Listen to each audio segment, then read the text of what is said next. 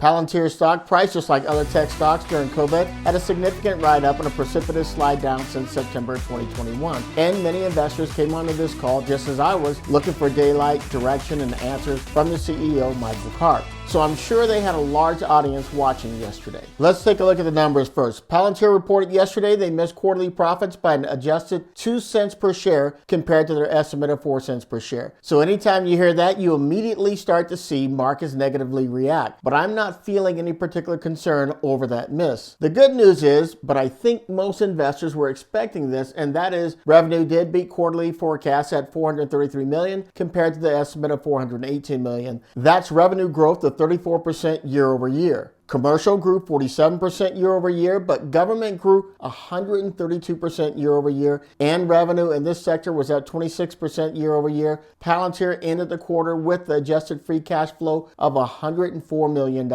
I know Palantir feels sort of like a new startup, but they've actually been around since 2003 and slowly and quietly building this beast. I think it feels new to most new retail investors because they didn't actually go public until September 2020. So I'll save the deep dive into the numbers, which I like, for another video. The business is moving in the right direction as far as I can see. Probably not as fast as some investors would like to see, but this is not like selling iPhones and video games. These are large contracts for millions of dollars that have long sales cycles from demo to close. So no real bad news in this Q4 reporting. Now to discuss the actual call. Let me say, it was refreshing to see that Michael took calls from and answered questions directly to retail investors during the earnings call. This is fairly rare in earnings calls for any company. So kudos to Michael Karp for taking multiple calls from retail investors. But let me make this clear. I'm a focused retail investor that utilizes sound processes for evaluating companies to buy or sell. My decisions aren't colored in by CEO worship. I leave that for other channels. I'm only going to comment on some of what I thought are big pieces of the things that stood out to me in this particular call. So I would certainly recommend you going back to view the call yourself. I'll have that link listed below in the comments. Michael Karp kicked the meeting off, and one of the first things that caught my eye was the U.S. government Cohort growth chart. It demonstrated the recent year-over-year growth. For those new to investments, the Cohort is just a grouping of their government clients as a source of revenue.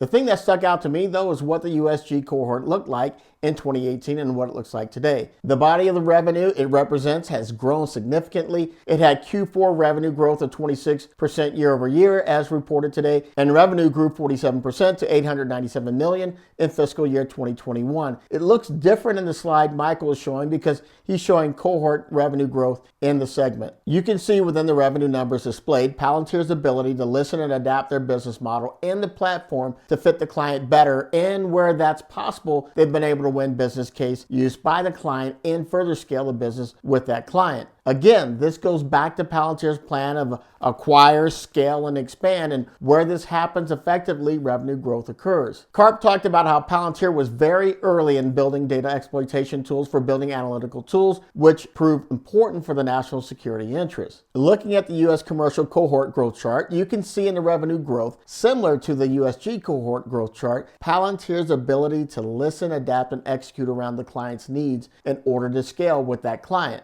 And it's allowed for much more significant revenue growth in this segment.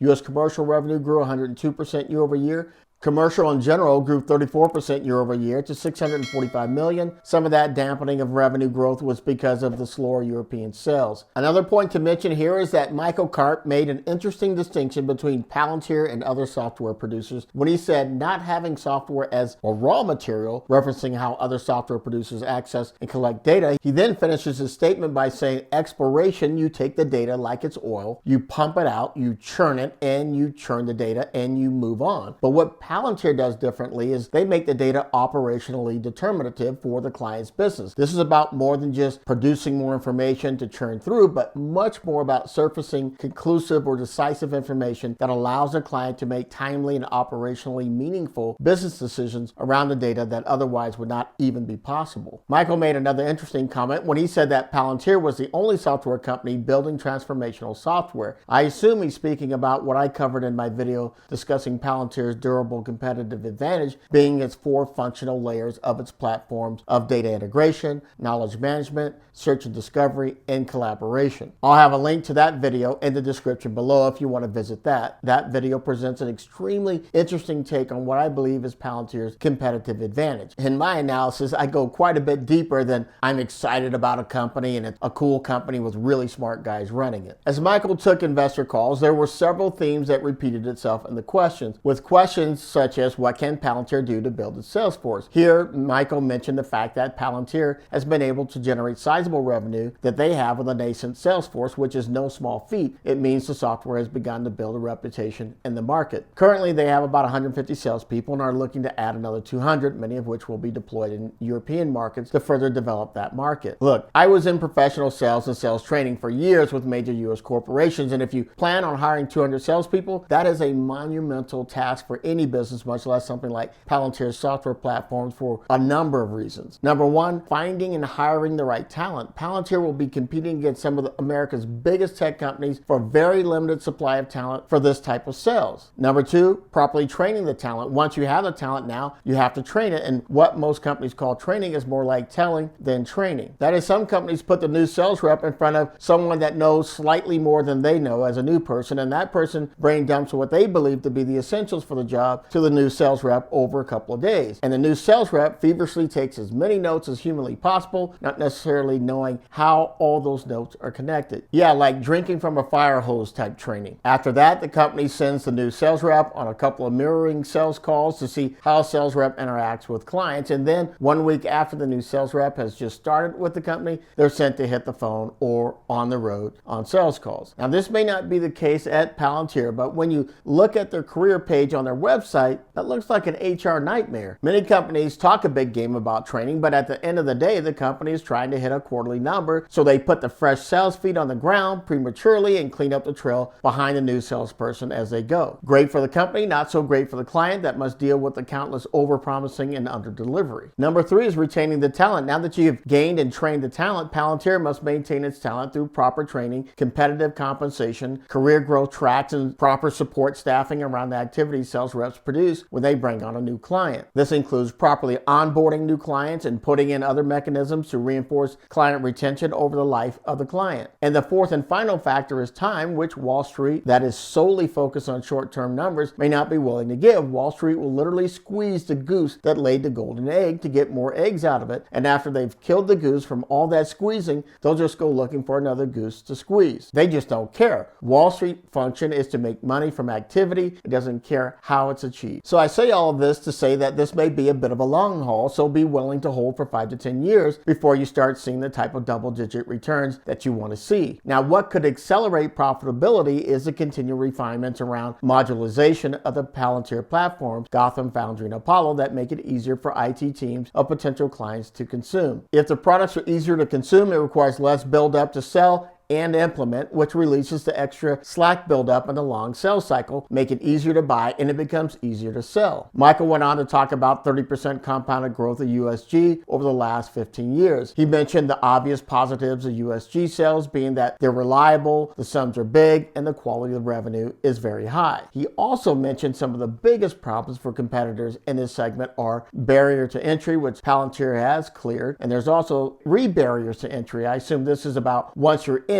scaling that client, which Michael said Palantir is continuing to solve very well. And then something Michael called lumpiness. In other words, these deals are hard with long sales cycles and starts and stops as administration changes are made at the highest levels in government every 4 years, which can shift priorities for governmental departments. Michael also mentioned that he felt Palantir was better positioned to help the USG deal with clear and present dangers. There was also a question about share dilution that was brought up by a retail investor that got through that Michael address.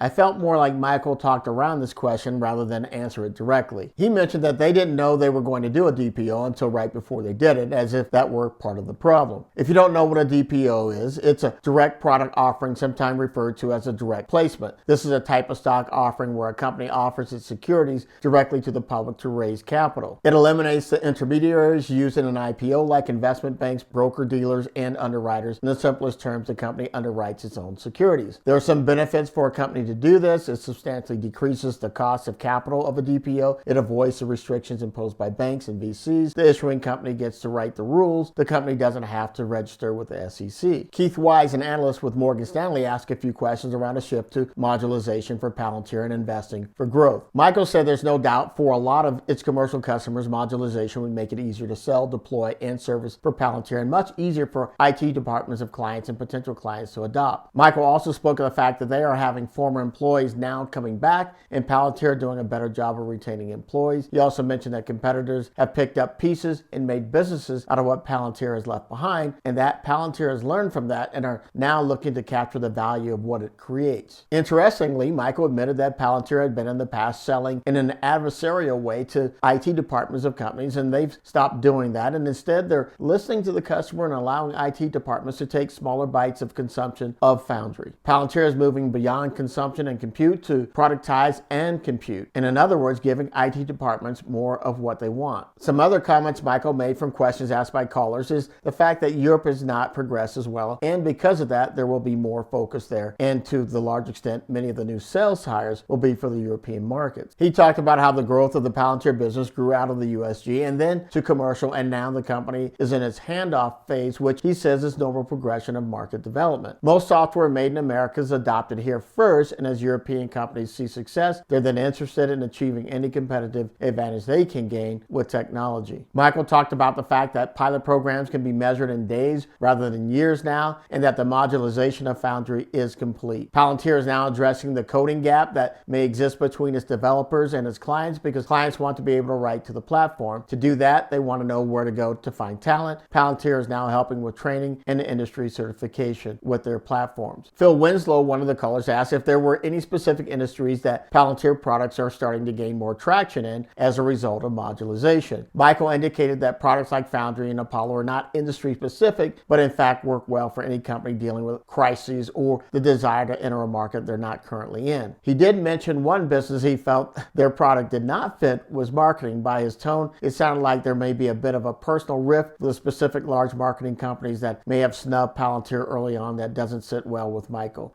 Michael smirkingly made the comment, they obviously don't need to quantify their results. He mentioned Europe's slow growth and contrasted it with the growth Palantir is having with Switzerland, especially in pharmaceutical and banking fields. Michael closed on a note of the fact that the U.S. business client retention is very high, but Europe has been much lower, which they suspect COVID has been part of that slow up in Europe. So in all, no surprises from Q4 earnings report. Revenue is about where many of us thought it would be. The company added significant clients to the books, and Palantir finishes another good chapter in its evolving story that many investors are hoping will have a happy ending. My goal in these short recaps is to present you the facts in an effort to allow you to make a more informed decision about your investments. If you haven't had a chance, I'd recommend you view my 4-part comprehensive stock analysis videos on Palantir, the most comprehensive stock analysis of Palantir on YouTube. If you found the information in this video valuable, hit that like button and subscribe so you can be the first to hear more real information for real investors weekly. Thanks for watching. I'll catch you in the next video.